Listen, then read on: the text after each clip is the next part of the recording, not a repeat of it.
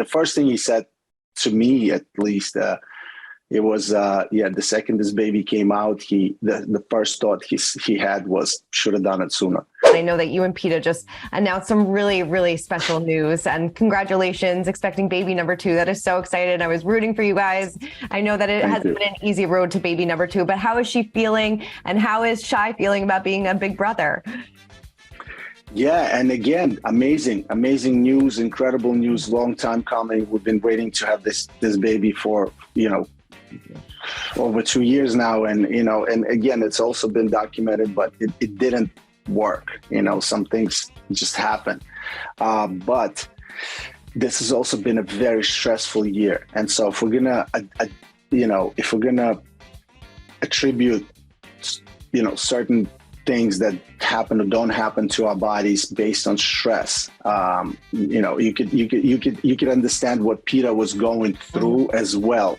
So as a matter of fact, next week I was meant to be in Kiev and continuing filming one of the projects that I was starting on my own.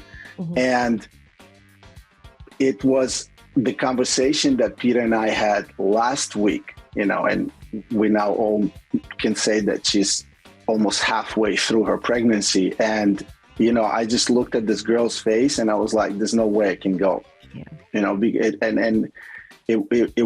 the devastation that was on her face, and the fact that I would just have to get on a plane and go into some kind of unknown, is just not something I was able to do. So, I chose to stay at the moment. I choose to continue my work from here. Yeah. We support a lot of people on the ground through the initiatives of my organization, Baena Over 27. However little we are, we're doing our best.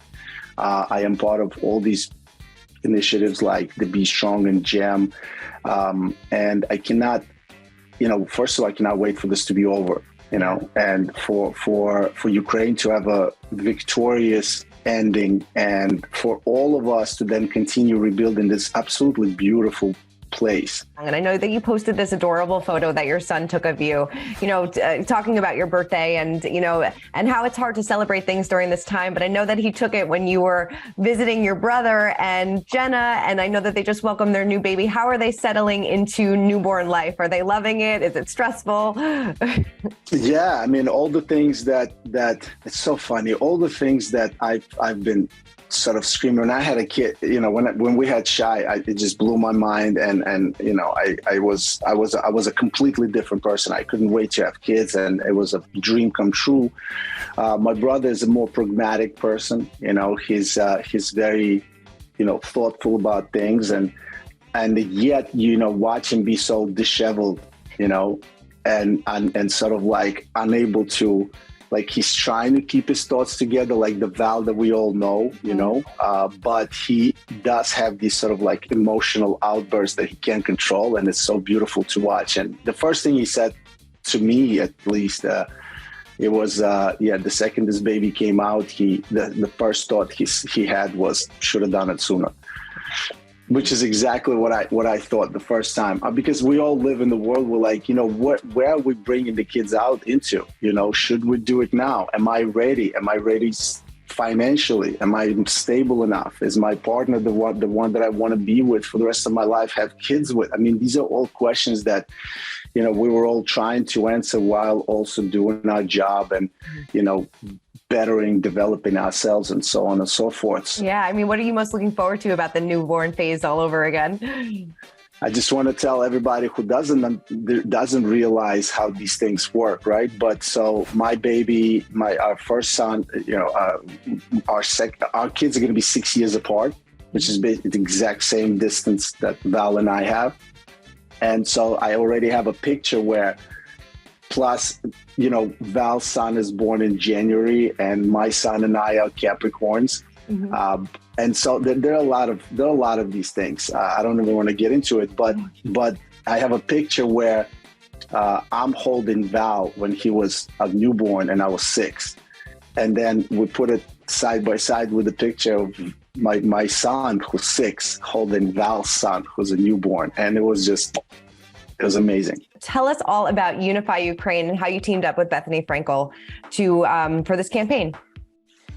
Well, I mean, I teamed up with Bethany a long time ago. We met a while ago, but then in the beginning, February 24th of last year, when the war started, and Russia occupied and went in and started this aggressive, occupation. I was actually in Kiev, and it was heavily documented because at the time I was kind of like, I was pretty much stuck, and I wasn't able to get home, and so it was a big drama. Bethany was the first person who reached out to my wife Peta, and she said, here's what he needs to do, here's where he needs to go, and we can get him out, and so on and so forth. So then I started speaking to her about what I can do, and she really direct me at the right people and right organizational setup to.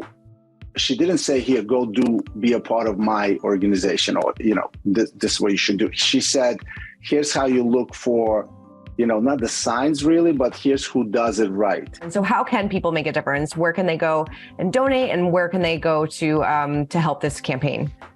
Right. So this campaign is about raising awareness. And the reason why I keep repeating it, it's like a beat up phrase, but the reality is that we live in a world where social media is king. It drives traffic to, whether it's finances to, just getting to know something.